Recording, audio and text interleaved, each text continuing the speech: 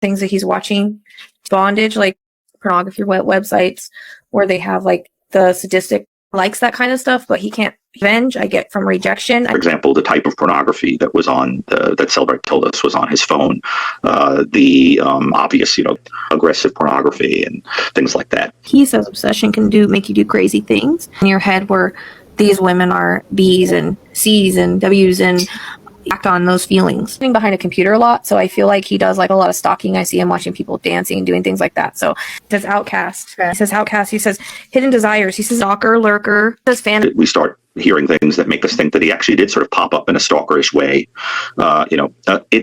It all points to a character who is titillated. I know the prosecution went out of the way to say there was no stalking. Well, that doesn't match. Now we have one of the roommates saying that he popped up, and there's a possibility that he was in that house before. He's been in the house before for some reason, whether it was one of the defense experts who went over the cell phone data, and he's convinced that he was in the house before even. Have to know somebody personally to do something like this. Maddie's bikini picture for some reason. Like, I don't know if that's why the guy was like fixated on her or something. Acted like they were too good for me, and I didn't have control over them, which is what I wanted, was control. But to him, it was total control. Was in control. Breaking into the house was in control. This was about control.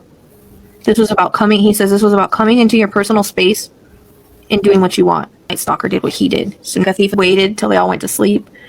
I really feel like he wore gloves and some kind of, that he thought about doing this before. Of this type, Richard Ramirez would watch a victim sleeping.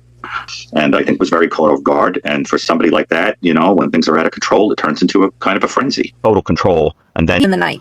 Idea of that when you feel inadequate and pathetic in the eyes of women, you don't want your victim to see you at all. The idea is to do it in such a way that you're in complete control. You don't even want the person talking or moving. If he was imitating Bundy, the idea would have been to blitz and kind of bludgeon a sleeping person so that you have fantasies, though. Like he's like me in that way. I used to fantasize about it.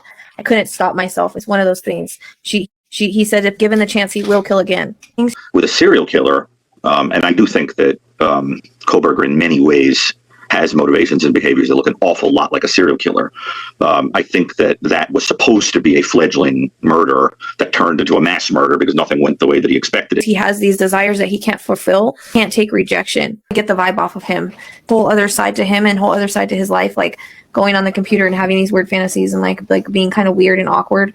It's almost like there's two sides, the sides he shows to everybody and how he really is kind of thing. He shows fantasy.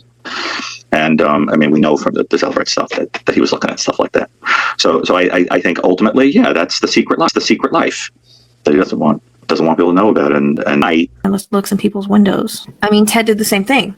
He has all those feelings, but he can't have a release. Like watching TikTok videos and examining where the windows were, or is there a dog, or if it was looking through the window. As he's doing this as an act of rage, revenge for maybe not seeing him or not reciprocating feelings or maybe blowing him off. Rage. He basically had a series of feelings that would have not been acceptable. So there's a sort of fragmented individual like that who in the dark, is playing them out, looking at aggressive pornography. Or gloves and some kind of, that he thought about doing this before. He says obsession can make you do crazy things. Saying he took it out of my playbook. So I feel like this guy studied or knew this case. Snubbing. She's like someone snubbed him. Overwhelming obsessive feeling. Like maybe he's seen her, but then he started following her and kind of got a little obsessed. Something weird. He had access to the victim's cell phone records and Kohberger's, and there were overlaps there in certain locations where they were in the same place.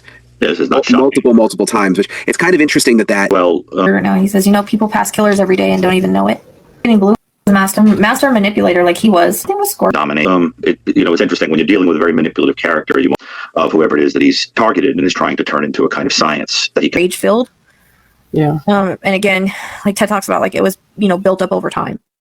I see him say the sexual element that is sort of whiffed at in the crime, although it never happened.